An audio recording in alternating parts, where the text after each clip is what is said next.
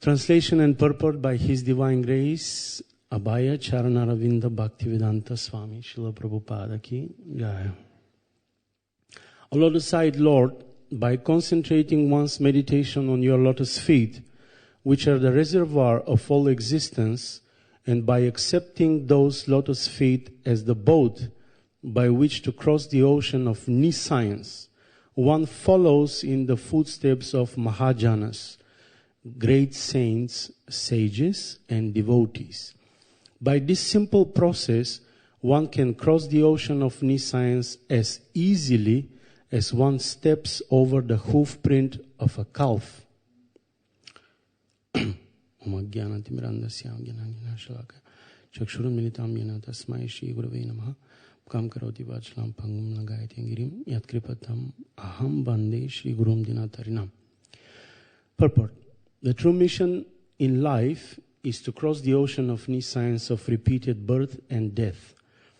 Those in the darkness of ignorance, however, do not know this mission, instead being carried away by the waves of material nature, prakrite, kriyamanami, gunai, karmani, sarvasaha. They are undergoing the tribulations of mrityu samsara vartmani, repeated birth and death. But persons who have who have achieved knowledge by the association of devotees follow the Mahajanas, Mahat Kritena. Such a person always concentrates his mind upon the lotus feet of the Lord and executes one or more of the 9 varieties of devotional service: Shravanam, Kirtanam, Vishnu, Smaranam, Pada Sevanam. Simply by this process, one can cross the unsurmountable ocean of nescience. Devotional service is powerful in any form. Shri Vishnu Shravane Parikshit Abhavat Vayasaki Kirtane. There is one famous Kirtanier, Vaisaki Prabhu. So, Vayasaki Kirtane, this is from Bhakti Rasamrita Sindhu 1:2-65. According to this verse, Maharaja Parikshit became liberated by fully concentrating his mind on hearing the Lord's holy name, attributes, and pastimes. Similarly, Shukadeva Goswami simply glorified the Lord, and by speaking on the subject matters of Krishna, that constitute the entire Srimad Bhagavatam, he too was liberated. One may also be liberated simply by Sakya, friendly behavior with the Lord. Such is the power of devotional service, as we learn from the example set by the Lord's many pure devotees. Swayambur Narada Shambhu Kumara Kapilo Manu Prahlado Janako Bhishmo Balir Vayasakir Vayam. Bhagavatam 6.3.20. We have to follow in the footsteps of such devotees, for by this one easy process one can cross the great ocean of nescience, just as one might cross a small hole created by the hoof of a calf. Here the Lord is described as Ambujaksha, or lotus-eyed. By seeing the eyes of the Lord, which are compared to lotus flowers, one becomes so satisfied that one does not want to turn his eyes to anything else. Simply by seeing the transcendental form of the Lord, a devotee is at once fully absorbed in the Lord in his heart. This absorption is called samadhi. Dhyanavastita tadgatena manasa pashyanti yam yogina. A yogi is fully absorbed in thoughts of the Supreme Personality of Godhead, for he has no other business than to think of the Lord always within the heart. It is always also said, Samashita ye pada palava plavam mahatpadam punya jaso murare bhavam buddhir vatsapadam parampadam padam yadvipadam natesham. That means in every step there is a danger in the material world. For one who has accepted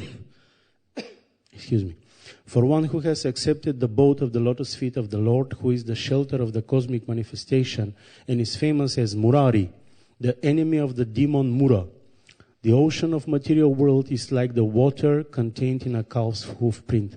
His goal is Parampadam, or Vaikuntha, the place where there are no material miseries, not the place where there is danger at every step. This process is recommended here by authorities like Lord Brahma and Lord Shiva, Swayambur, Narada, Shambhu. And therefore, we must take to this process in order to transcend nescience. This is very easy, but we must follow in the footsteps of greater personalities, and then success will be possible. In regard to the word Mahatkritena, it is also significant that the process shown by great devotees is not only for them, but also for others.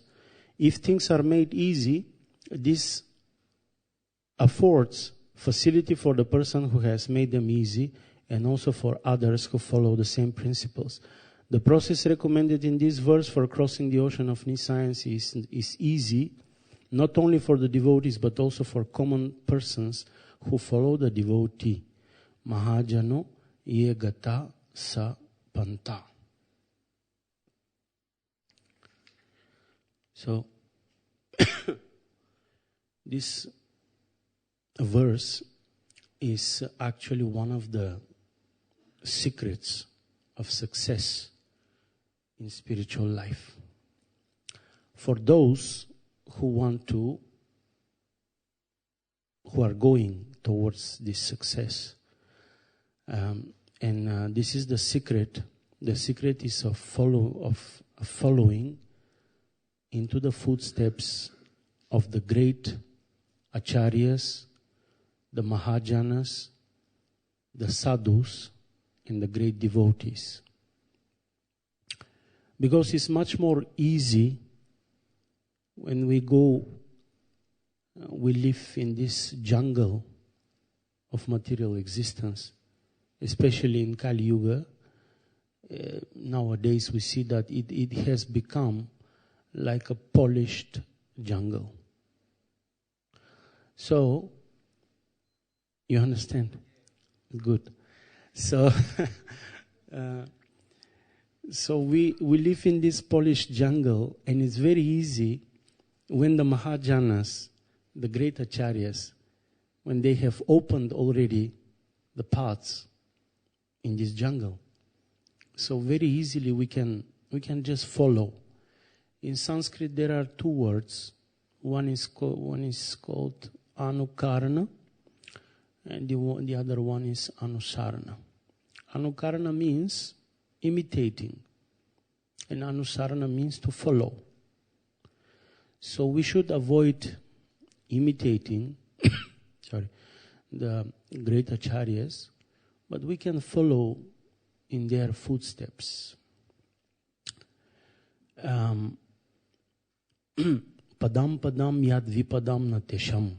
This is the shloka that Prabhupada quotes here. And what is the biggest danger in this material world? For anyone. What is the biggest danger?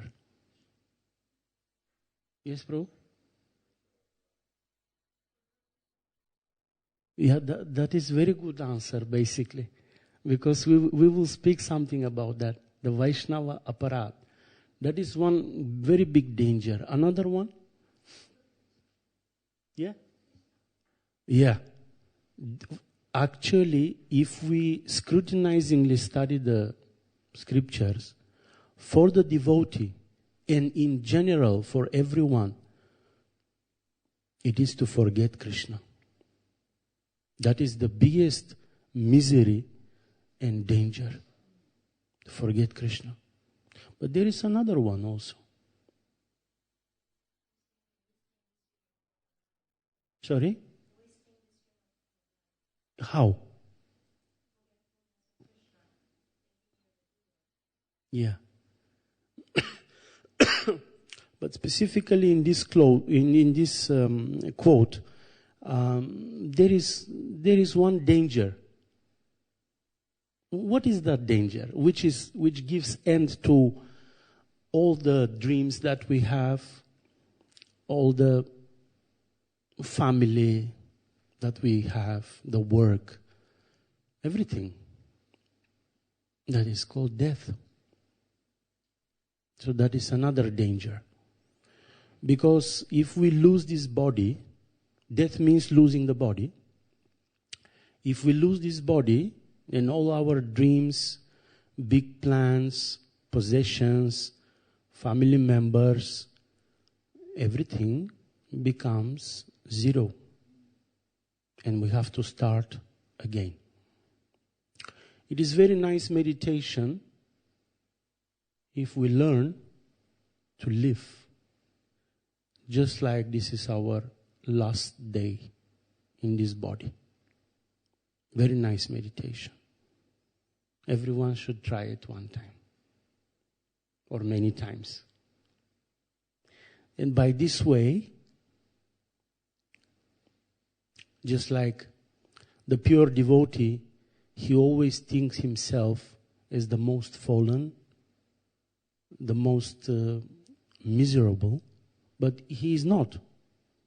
He is actually most elevated and most enlightened. But this is internal mood. So we can also try this internal mood to live just like this is our last day. What we will do? Maharaja Pariksit, he had 7 days. And he knew it was fixed for him. And after 7 days, you have to go. So therefore, he gave his example. That's why he is Mahajana. Because he dedicated 7 days completely absorbed in Krishna Katha, in hearing. Although he was pure devotee by birth, later on we will speak also about personalities in this Kali Yuga who also pretend to be pure by birth. But they are not. So, very soon, in this calendar here for London, shows that the appearance day of Srila Bhaktisiddhanta Saraswati Goswami Maharaja Prabhupada is on the 27th Saturday. In India, it will be celebrated on the 28th. So what he is known as a Simha Guru, as a lion Guru. And he actually has given such a strong philosophy that actually if we study only what books he has written, there is no one who can defeat us philosophically. There is no one. Neither Smarta Brahmins, neither Caste Goswamis, no one. Mayavadis or Prakrita Sahajas, no one. Because one time, in the beginning, the pure devotees very often, in their life, when we study, they are engaged in some activities which we cannot understand. Just like Bhaktivinoda Thakur, at a certain period of his life, it seemed to be that he is associating with Mayavadis. But that was only, he was in disguise. And later on he exhibited his true nature as Gaura Shakti. That means he is energy of Lord Gauranga. And he has revealed also his identity in the spiritual world.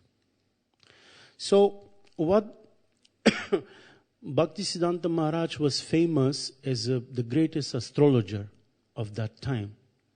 And one time he said, I was born under the Karkata Lagna. That means Cancer. So my business, my work is to cut. What I'm cutting. Wherever I see deviation from the line of pure devotional service from the unalloyed service, I pierce it and I cut it. That is my mission. Yeah? Why that was the mission?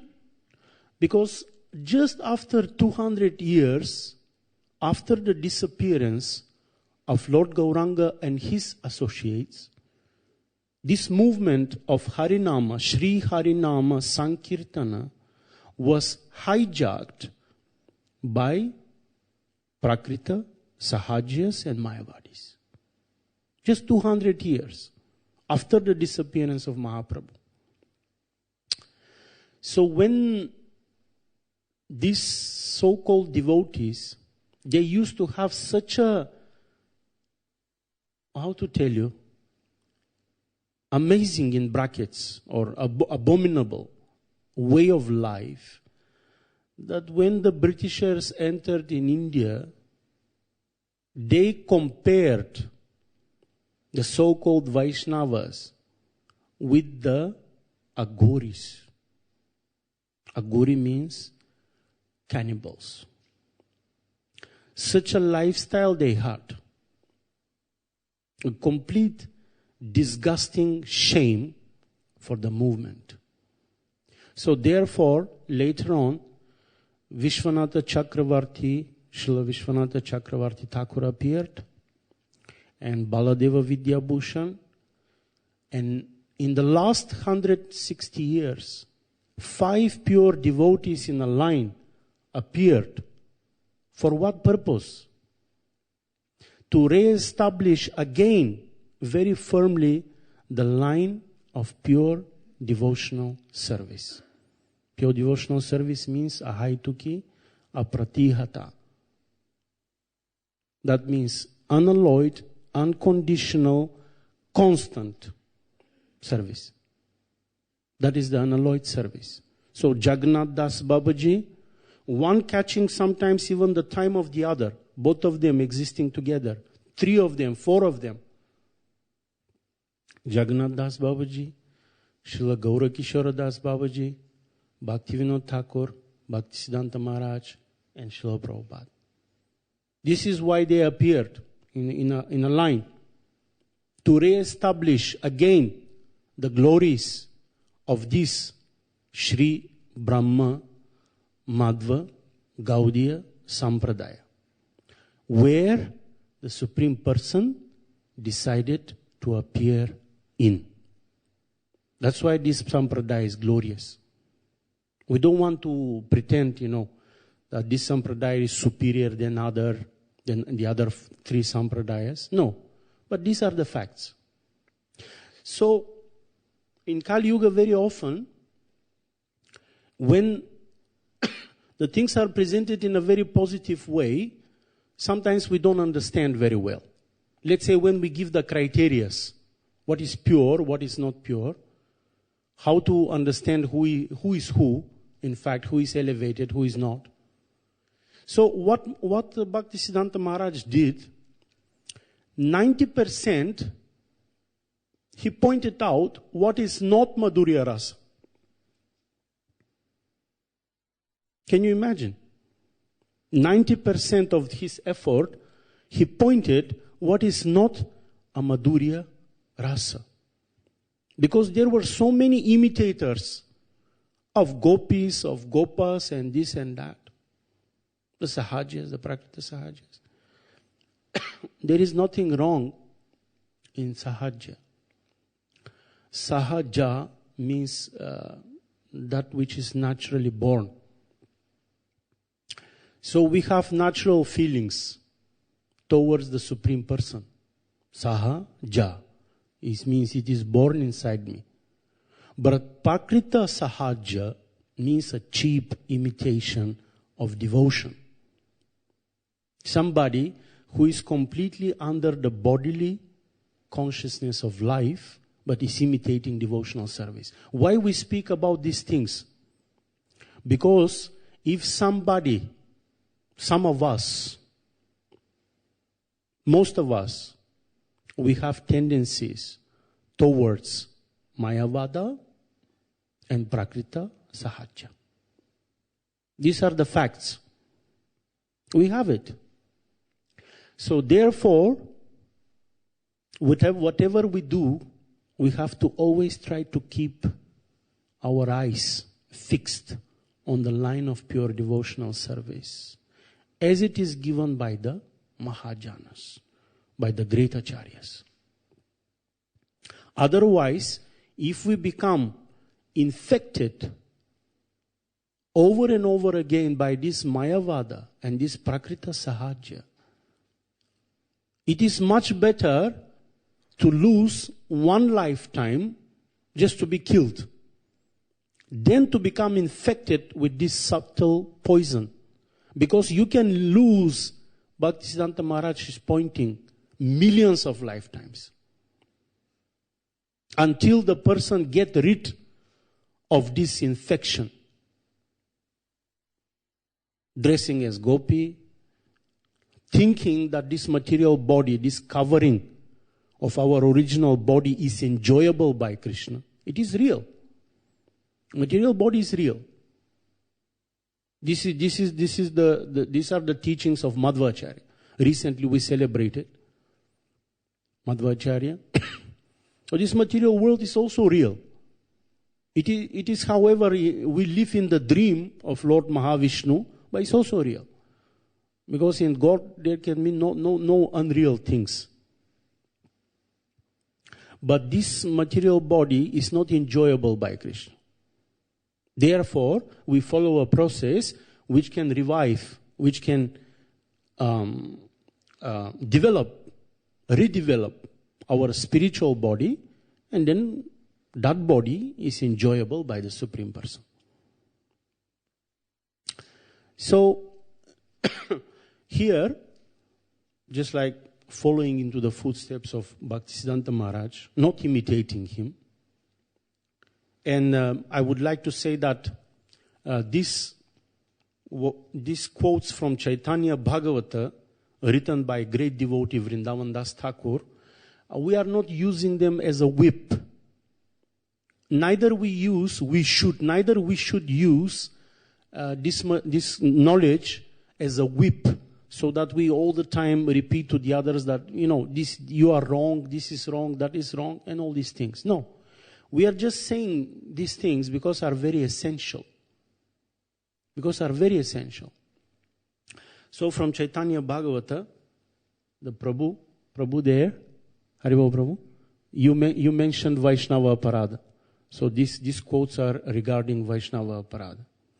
And especially regarding offending a pure devotee.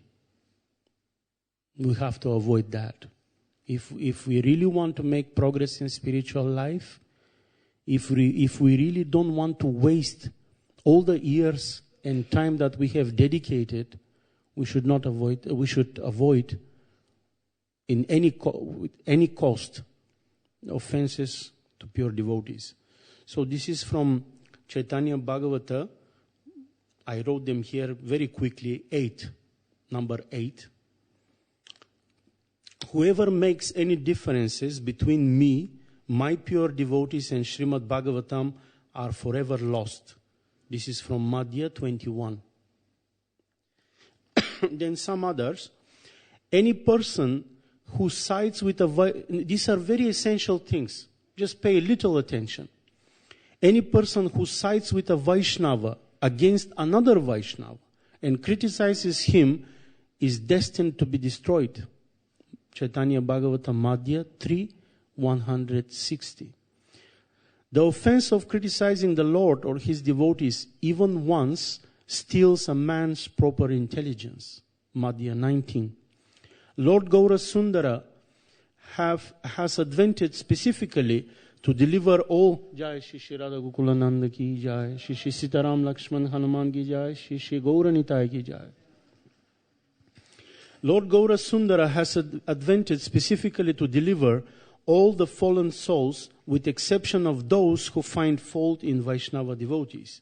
The Vedas clearly describe that if one hears criticism of a Vaishnava devotee of the Lord, then he loses all accumulated piety and is cast into abominable conditions of life, birth after birth. Madhya 20.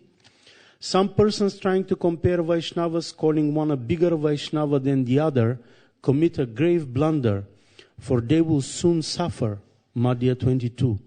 A person may be well versed in all the 4 Vedas, but if he still maintains offensive attitude towards the Vaishnavas, then he is eternally doomed to the worst type of hell. Madhya 20. Lord Chaitanya absorbed the sins of Jagai and Madai into his own body. He then said, begin Kirtana. Then this black shroud of sin will lift from my body and enter the bodies of those who criticize the devotees of the Lord. Madhya 302 and 303. There is one more quote. Mahaprabhu says, again in Chaitanya Bhagavata, that whoever offends my pure devotee is just like throwing hot cinders on my body. I never tolerate this. And can you imagine if the most magnanimous, most merciful avatara, of course in the scriptures he is described as Channa avatara, which means hidden, but nevertheless he is Radha and Krishna in one. So he said, I never forgive such personalities. Why we say this?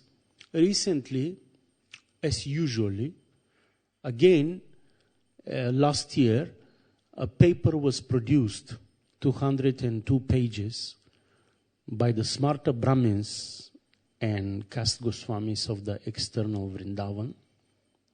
The external Vrindavan, because the external Vrindavan, what you see there, you see men, women, dogs, hogs, houses, temples, rickshaws. This is what you see in the external Vrindavan. Because with our vision, we cannot perceive the Gupta Vrindavan, the hidden Vrindavan, the real Vrindavan, in the real spiritual splendor. We should have our consciousness purified. Scientifically speaking, our consciousness should vibrate on the transcendental frequency. Then we can perceive Gupta Vrindavan. So there is an external Vrindavan and there is a Gupta Vrindavan. Cow butchers, they also can take birth in the external Vrindavan. Kurmarupa Prabhu left. Last year he left his body. But he can give you so many evidences. Every night, the butchers coming with guns, stealing cows from the Goshala and slaughtering them just outside Vrindavan, not very far. So this is Kali Yuga. We should not be bewildered by these processes. But the acharyas generally, they say when you go there, you have to behave in this way. Don't commit offenses. Be respectful, but don't lose your common sense. Just like last year, a Russian 83-year-old Mataji was raped. Daylight near Keshigat, and the 5 pujaris there, they are watching the scene, not doing anything. So don't lose your common sense. This is what Bhaktivinoda Thakur says in one poem. You don't need a guru to tell you that if you drink sharab, if you drink wine, that will be the consequences. You will speak nonsenses and you will fall on the ground. You don't need a guru to tell you. It's a common sense. And of course, we should not be also brainwashed. In what sense? Let's say I'm walking there near the Radharani's bakery and it's very slippery. And then I fall down. Nearby is who? Let's say the most strict brahmacharini of the temple. So what you gonna do? Just leave me there because you are not supposed to touch me. No, you go and you help. Until you go and search for someone, maybe it will be too late. So this is the common sense. This is Guru Nanak also says that before you become a Muslim, a Hindu, a Christian, whatever, first become a human being. Become a nice human being first. Otherwise, you are just wasting your time with so-called spiritual activities. Very often we see, unfortunately, sometimes the devotees are acting in more strange way even than the karmis. Even than the karmis, because in their mind, 1,000 rules and regulations are there. So at certain point, they forget even how to behave like a normal human being. So we should not we should not be like that. There is one story of a Brahmin. He saw some people running. He was performing his morning duties, and he saw some people running. And then after them, another people running with weapons, chasing them. And then they stopped by the Brahmin, those with the weapons, and said, where are the other people? Which direction they went? And then the Brahmin was thinking inside himself, what shall I do now? Shall I be faithful to the principle of Satyam, always speaking the truth? It doesn't matter if it's palatable or not. Or shall I save the life of those people? Then he decided to tell the truth. They went that direction. After some times, and they were killed by those with the guns, with the weapons. So after some time, the Yamadutas, they came for those Brahmana. And then he was shocked. He said, why you came for me? Because they said, you don't understand how to apply these principles. You are simply performing everything ritualistically. You don't know how to apply them. So if I go, where? To East London. There are such areas nowadays. Let's say Muslims live there. If I go there and I say, get lost, they will kill me. I know, let's say, some area where mostly criminals live. And if I go there and speak the truth, the absolute truth, you are a criminal, you are selling drugs, you are doing this, you are doing that, they will kill me. So what is the use of this speaking the truth? So we have to be also aware of that. Many people, as Vaishnavas, we try to find the root causes of whatever happens, of the events. So many people cry unnecessarily that India was invaded and that's why there are so many problems. But there is one very nice video of Srila Prabhupada explaining about the Aryans.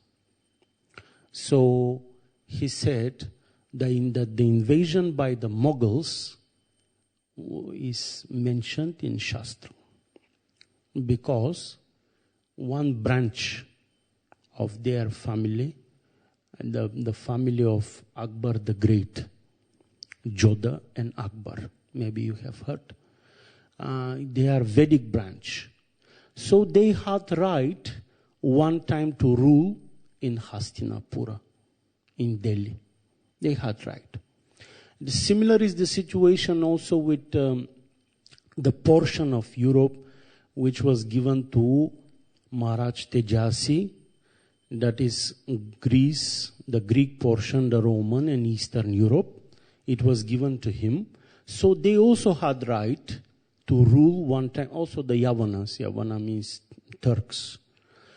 So they also had right one time to rule in Hastinapura. So they also entered in India. So people should not cry unnecessarily. The British invasion is not mentioned. But if we have to ask ourselves why this happened to the land where the Lord appeared 22 times, why he allowed this? Why? Because it had to happen. That's why. That's why he allowed. He allowed also the Mughals to enter into the external Vrindavan and destroy temples, kill people. Is it possible this to happen in Goloka Vrindavan? No. Last year, one caste Goswami, he killed a girl with a gun and then he shot himself. Then we are asking these people where this happens. In which Vrindavan this happens? In Goloka Vrindavan or the external Vrindavan? And they don't have answers. Sometimes they are using and pointing with the finger Sri Vrindavan Mahatmya, written by a great Vaishnava, Srila Prabodhananda Saraswati. But in that book, he uses allegory. He says that when a Vrajabasi, even if he attacks you with weapon, even if he steals your wife and children, you should consider him pure. But that is allegory. Because a real Vrajabasi, he will never do that. He will never do that. So this attack and this paper which was written last year is coming again from the same personalities who conspired 4 times against Bhaktisiddhanta Maharaj to kill him. These are the caste Goswamis and the Smarta Brahmins. Using the so-called Jiva Institute in Vrindavan, which is consisting mostly of ex-ISKCON devotees and ex-Gaudiya Math people.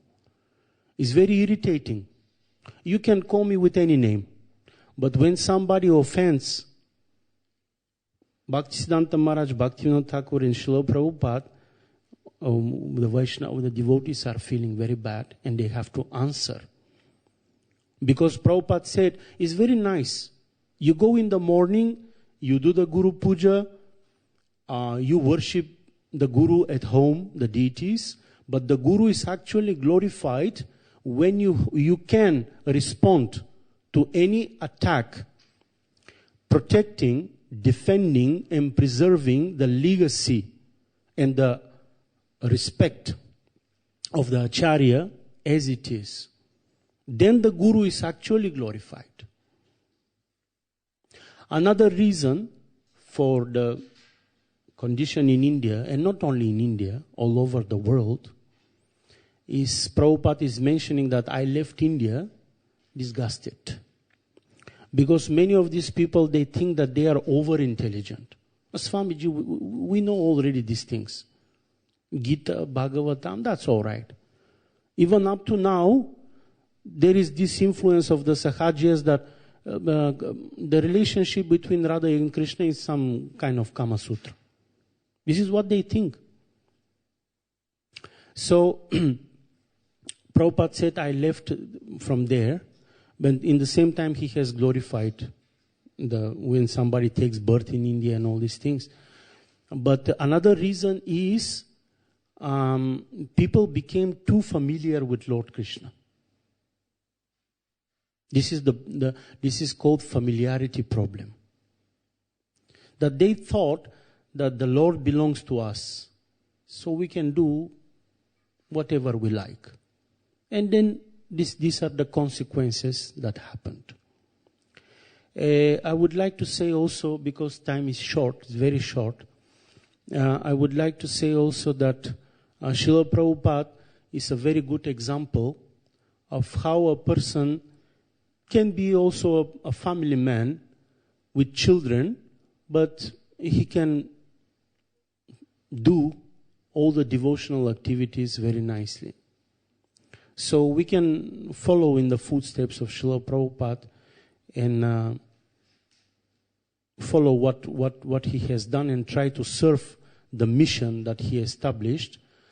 And last, what I wanted to say is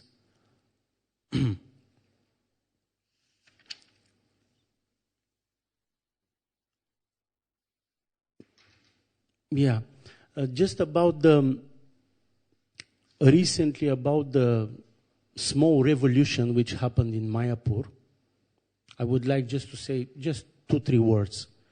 Prabhupada is giving the solution to all these problems, and he says, if the principles and the direction which the Acharya has given are followed, there will be no such problems. And the authorities, they also have to try to implement the direction of management which was given by Prabhupada in 1970, written personally by him in 1972. And in order to avoid any future problems like this one. Although, very often the problem, just like this one, is about, in the material world, most of the problems are about power and money. So, from the other hand, Srila Prabhupada established, according to the desire and according to the mission of Lord Gauranga, he established International Society for Krishna Consciousness. Not Indian society, not interracial society. He established International Society for Krishna Consciousness. So we have to go beyond these bodily conceptions. This is the first statement in any religion, that we are not this body. Aham Brahma Asmi. That I am same, I am a pure spirit. The same, similar by quality as the Parabrahman. So we have to go beyond these conceptions of Bengali, Indian, Westerner, American, Russian, and all these nonsenses. Because these are very serious obstacles on the path of spiritual realization. Everything becomes like a childish game. All this waking up early in the morning, chanting up and down, going left and right, or like that. It's a childish game. It's a waste of time. If we do not go beyond this bodily conception of Indian, Westerner, this and that. So, this is the desire of Mahaprabhu and Bhaktivinoda Thakur and Srila Prabhupada, that all the devotees from all over the world, they will come together in this movement. And the example is given by Mahaprabhu. During the Ratha Yatra in Jagannath Puri, what example he gave? The Ratha was moving and suddenly stopped.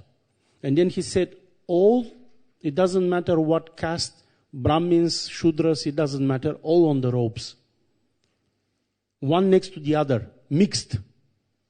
So they took the ropes, they started pulling, and then the Ratha moved a little bit, and then it stopped again. Then Mahaprabhu, he went behind the Ratha, and he pushed with his head, and then the Ratha started moving. This is all symbols. The symbols is that in Kali Yuga, the Varnas are mixed. There are no any more pure Brahmins or Kshatriyas and so on. So we should all come together and try to establish this Daivi Varnashrama Dharma, and we should all come together and try to, with the help of the Lord, with the help of Mahaprabhu, we can make advancement very nicely in the spiritual life. Because Kali, Maharaj, in brackets, he is also doing his business. Therefore, many of his associates, they like very much what? To take birth in the external dham. So in order to run his business. Because when you take birth in Vrindavan, in the external Vrindavan, in the external Navadvip, you can bewilder a mass of people very easily. So what we have to do? We have to use the vision of the pure devotee in order to recognize who is who and what is what. Just like I don't see very well, but if I put the spectacles, then I can see clearly. So we have to use the vision of the pure devotee. and we have to always follow the line of pure devotional service. It doesn't matter how fallen or advanced we are. We have to always keep this line in the center. So this is what we have to do. We have to stay together. It doesn't matter who, from what background is coming. And we have to follow the footsteps of the great Mahajanas and Sri Panchatattva. Hare Krishna, thank you very much. Any questions?